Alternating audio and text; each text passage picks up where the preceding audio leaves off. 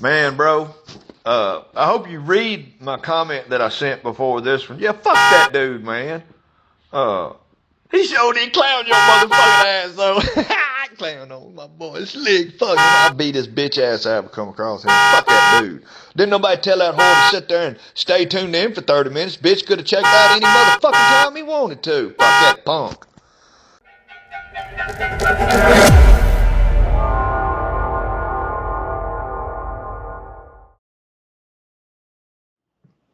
Welcome back, YouTube. Slick here in the Slickhead Garages.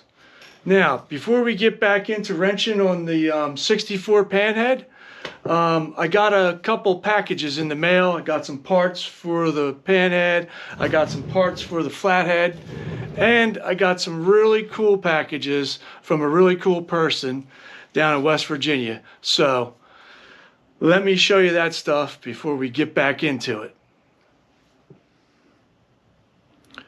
Okay, first I want to start off with this package here.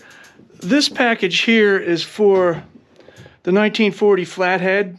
I had ordered an upgraded oil pump kit and stuff. I've had this for a while.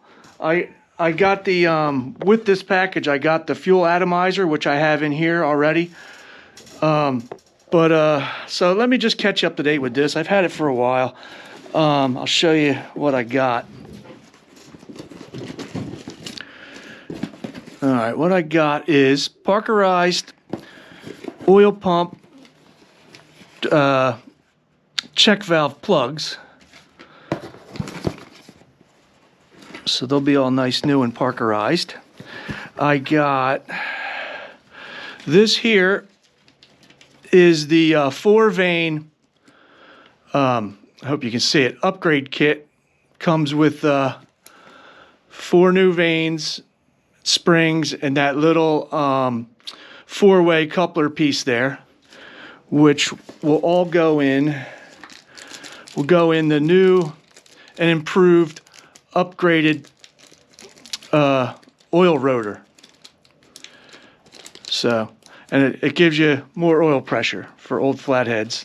What else? I got a whole bunch of gaskets for the oil pump. I got a whole bunch from James Gaskets. There's several different types.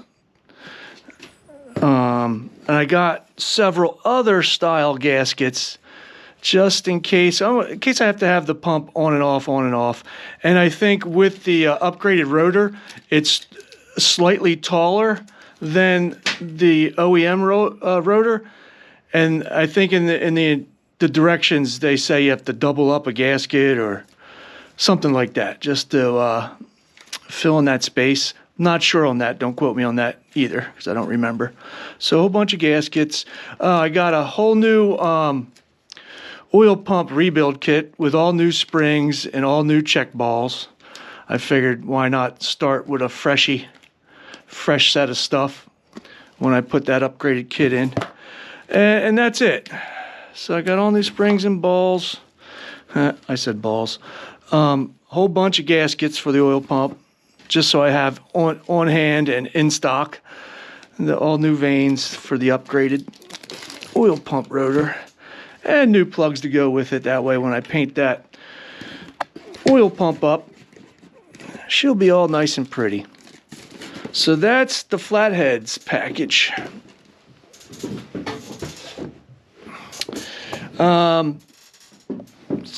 Second, I got the Panheads parts are in, the ones I've been waiting on. Got his new air cleaner, way better than that thing. That thing is destroyed. So there's his new air cleaner. What else? We got a linkered carb rebuild kit. That it goes on several models. It goes on my Flathead as well as a 41 to 65 FLH. It goes on knuckleheads, you know. It gives you all the gaskets, a new float. It's that I forget what kind of float that is. It's some kind of special chemical. but all new bushings, springs, stuff like that. So I have decided that once I get this all cleaned up and timed again perfectly with the new points and condenser, I am going to take the carburetor off. I was going to try to kickstart it before I took the carburetor off just for shits and giggles, but I don't even want any troubles. I want that off. I want to clean it up. I want to see what's going on in there with the float. I think, and Vic told me that him and Tommy were messing with the needles a little bit, so I want to start, reset it, clean it all up, and then do the kickstart. You know, clean out the fuel strainer and all that kind of stuff. That would be the smart move. So I decided to do that. This here is pretty cool. This is the, I know it's V-Twin. V-Twin ain't shit. But V-Twin sells a tune-up kit for the Panhead here. By the way, this little tin is pretty cool. So, Vic, I think I'm keeping it. So, here's the tune-up kit for the Panhead. And it comes with, and it wasn't a bad price either. It was like $29. It comes with V-Twin condenser. I'm sure people will have opinions on what the best condensers are and all that other stuff. The V-Twin condenser. Here's the V-Twin points. You know what points look like. So I got a new set of points in there. And then it came with 2 spark plugs. 2 Champion spark plugs. It's exactly, I think it's exactly what he has in the bike now. So that's pretty cool. That'll get him going. Let me check what he has in there now. RJ12YC.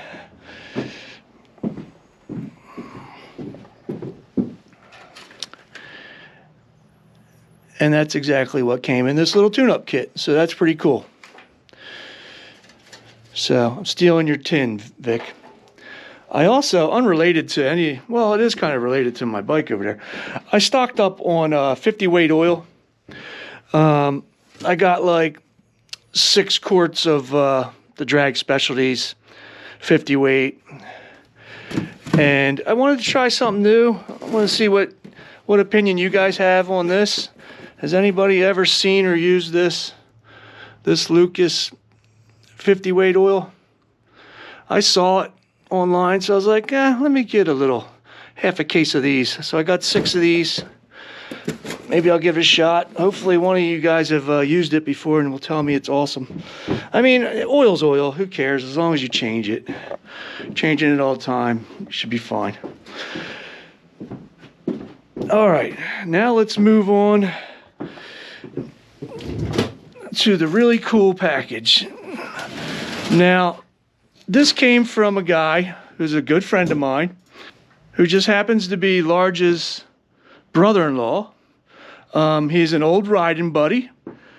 We had a little Jersey crew that rode together all the time. I had 8 to 10 guys that came to my house every weekend religiously to ride. You know how hard that is to get like 8 to 10 guys together every weekend? That's tough. But we did it for like 10 years.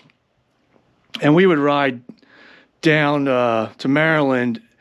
And this guy here, Buddy, he would ride up from Virginia and meet us and ride with us. So he was like our little Virginia faction of our little riding crew that we used to have.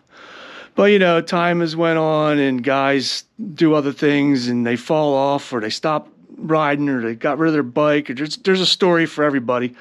But we don't all get together anymore, all 8 to 10 of us.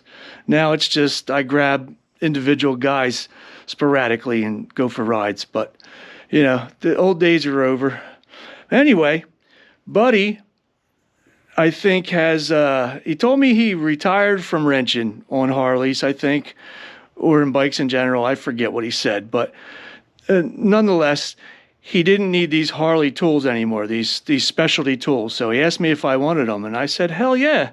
And he goes, I'll send them up to you, which was super nice of him. I mean, he paid to ship it's a little heavy, so he paid to ship this stuff up here. Now I have some of the stuff, but there's some stuff I don't have, which is really cool. Then I'm glad he sent it up to me. I could definitely use it. Now these tools are for newer style Harleys. Well, this you can use on anyone. This is one of those push rod keeper removal thingamajiggies. I've never had one. I've always used a flathead screwdriver. But that's pretty cool. Bitchin'. Oil filter wrench, yeah, I got them. And you know, a couple primary funnel, oil filter. I don't know what this is. Can anybody tell me what this is before I call Buddy and ask him? Let's see if somebody can guess what it is before I ask and do research. It's some type of bike tool. All right, so here's the good stuff. All right, so now this is a wheel bearing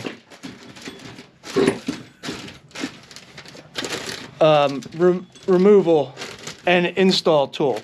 I already have one of these. This is pretty beefy though. It might be a better brand than mine, but I have a set of this already, so that's still cool. What else did he give me? We got, this is main shaft sprocket wrench for 06 to present Dyna and 07 present twin cam models. So that's badass, and it's beefy. I don't know, I've never heard of this George's Garage, but I think they probably make some pretty good tools. It's not, doesn't seem like the cheap stuff. So that's awesome. Wheel weights. Now this thing is goofy. I had no idea what this was. I had to text him, and he says it's something for when you're installing a tire, you don't slip the bead, you don't break the bead or something, or you don't hurt your rim when you're setting, trying to get it on with the spoons. See, I won't need that because I'm lazy, and I pay my buddy who has a tire machine $50 and he does it for me. But anyway, what else we got?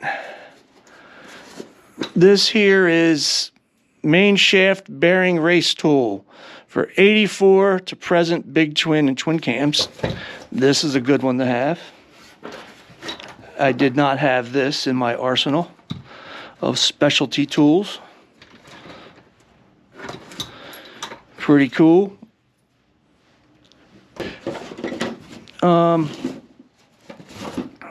You got a trans sprocket locking tool, 1980 to present big twins. All this is from George's Garage, made in the USA. That's why they're so beefy and so good, these tools.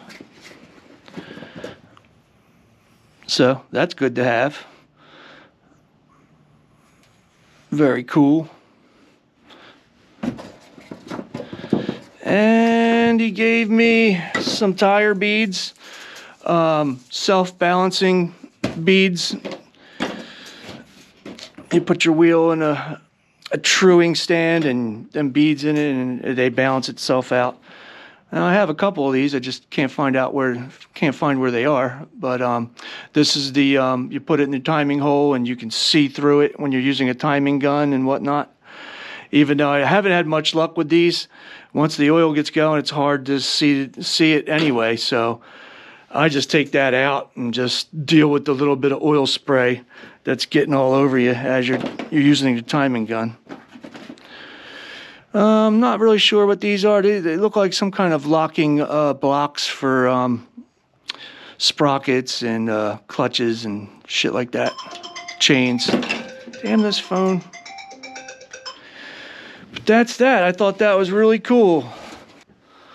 So, Mr. Buddy down there in West Virginia, thank you, sir. You're the coolest. All right, let's get back into the Panhead stuff. Because apparently to some people, I don't do enough. But, you know, with that said, I work a 40-hour-a-week job. Then I come out here and do what I can do just to make like a 30-minute video, give you something. But some people think I didn't do much, so I guess I suck. I don't know.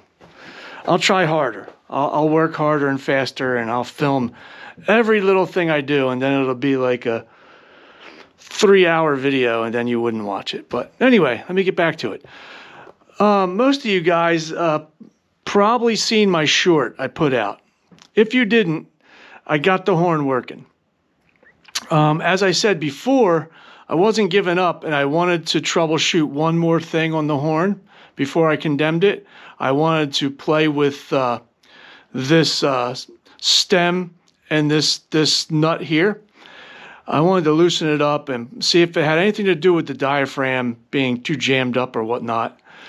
And lo and behold, that's what it was. So I loosened that up. I then worked the tone adjustment screw, and now she works. So if you didn't watch the short, let me show you now that she works.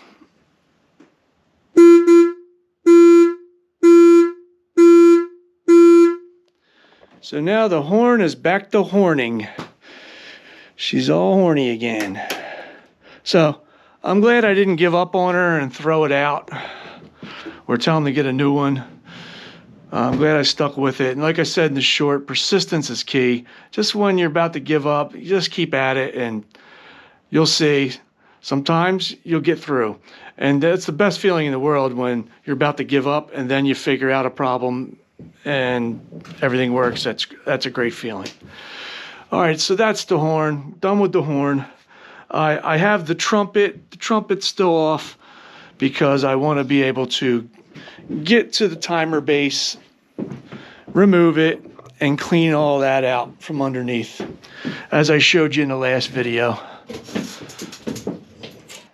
Another thing I noticed when I also took this off, you're supposed to wrap that wire, I forget what it is, in a counterclockwise direction one time. That way when you advance or retard it, the wire will have enough slack to be where it needs to be. I noticed it wasn't like that, and that also could cause you a problem. If that wire is too taut and you're trying to advance and retard it, it might not want to move properly. I don't know. But anyway, I'll do it the right way. So what I'm going to do is I'm going to disconnect that wire there so I can have the whole timer base out in my hand and clean up all the old dried up sticky grease and Scotch-Brite it. So I'm going to do that in a time-lapse form because I don't want to bore you with that. So, okay, before I completely remove this base and the wire from underneath the base, I want to disconnect the battery. Anyway, I already checked in here. I checked the water level, the acid level. It's damn near, the cells are damn near showing. You won't be able to see it with this damn camera. But anyway, the plates are damn near showing. So what I'm going to do, besides disconnect this battery, is I'm going to pull it out of here and put it on a level surface over in my fab shop and fill it up to the level line with some distilled water. So let me get that out of there.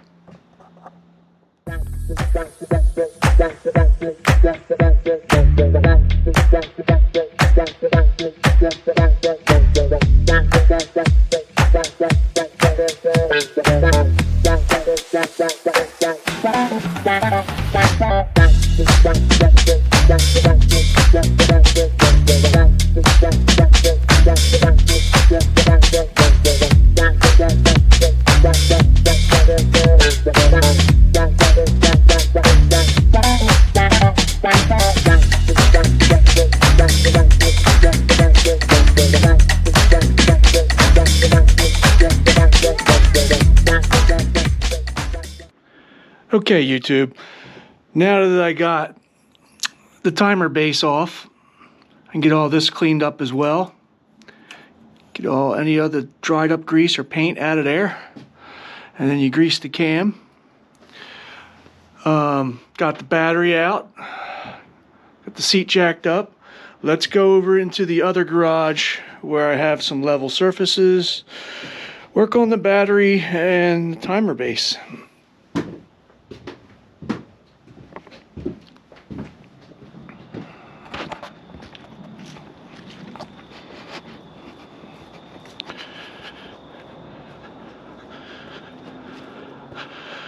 I had a little time this week to fidget with the dirt bike.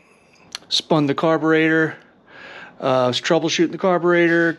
Got it apart. Ordered him up a new float needle valve. This one has some messed up scoring marks. You probably won't see it on the sides of it, and it's getting hung up a little bit up under in the carburetor. Not sure if this float is messed up or not, but I got a whole kit coming, so I'll get back into that and try to get it to the kid very shortly. All right, so let's go. All right, let's work on the workbench. Let me move this vise out of here so I have a nice clean area to work on, because I never clean up and it's real dirty and messy and cluttered. No need for heat tonight because it's 70 degrees out today. It's crazy. All right, let me move that vise. Okay, now we got some room to work. All right, so Vic's battery here, it's pretty cool. He dated it back in September of 2020. I think that was the first year of COVID. That's cool that he dated it. It's 3 years old. But if you've seen in the time-lapse video, there's no water. No water left in here.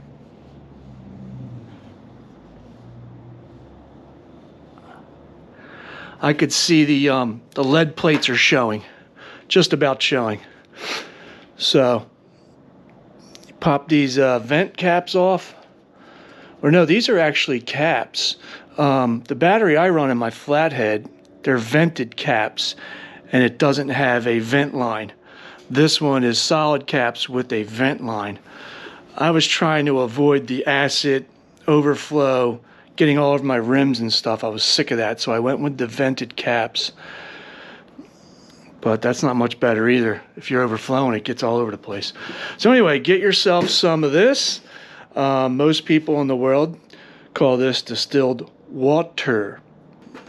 You boys down south call this distilled water. And us Jersey boys call it distilled water. It's water, not water or water. Just give me some distilled water. All right, I'm going to fill it up to this level, and then I'm going to clean all this dried up grease out of here and scrub it out with a Scotch-Brite pad. I won't bore you with all that. I'm going to put this in time lapse. Let's get to it.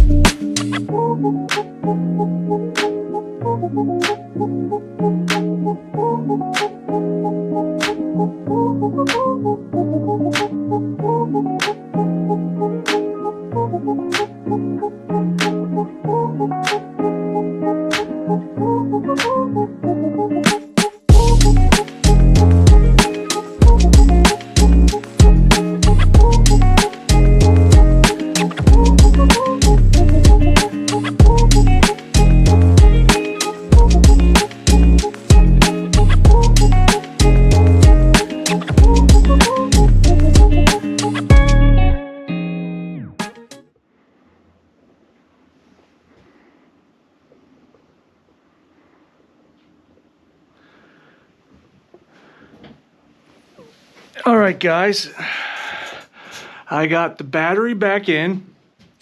Yeah, your boy got a little overzealous on the last cell. I overfilled it by like 1/4 of an inch.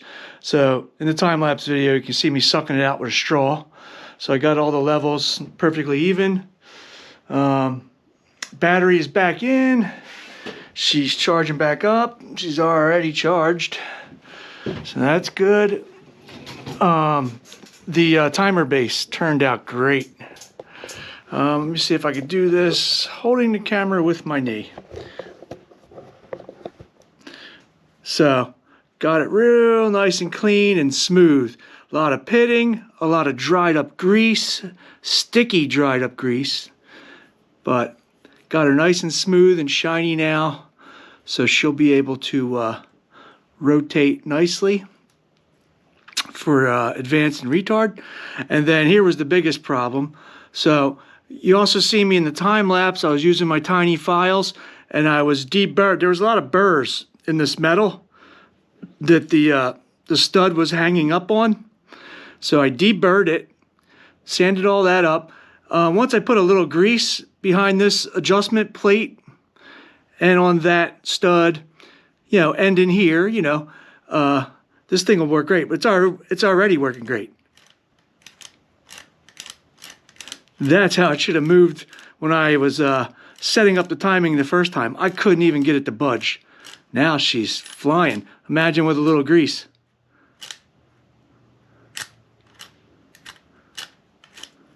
So, see, there's the timing mark that you line up the adjustment plate with when you're setting up the timing. But man, now she's flying. She's got all the swing. That's crazy. It would never even go past. I couldn't even get it to go past any of that. There's so much, it looks like somebody painted over everything when this was on here. It's crazy. But anyway, she's all cleaned up. Now I'll hit her with some grease. Put the new points and condenser on. I'm going to scrub all this up with Scotch-Brite. Clean all this up, you know, just so she moves real freely. You know, the cam lobe will be re-greased. I'm going to take all this old, hard, stiff, dried up grease off of it and re-grease it.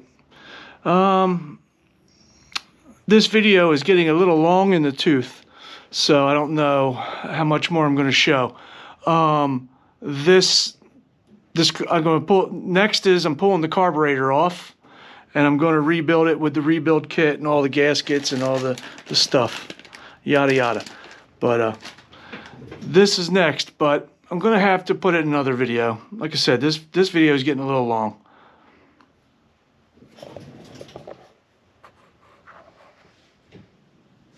All right, guys, I'm going to end the video here.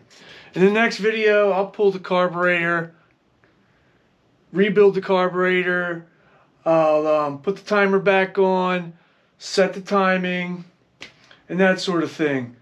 It's Friday night. I got some friends coming over. We're going to need a little privacy, so I'm going to end it right here. And for the hater in my last video in the comments that said, I don't do enough work in my videos, it's a big waste of time watching me, I'm sorry, man. I'll do better. I'll work harder, do more stuff, anything to entertain you. Wait a minute. No, I won't. Go fuck yourself. Wait a minute. No, I won't. I don't remember you sending me a paycheck.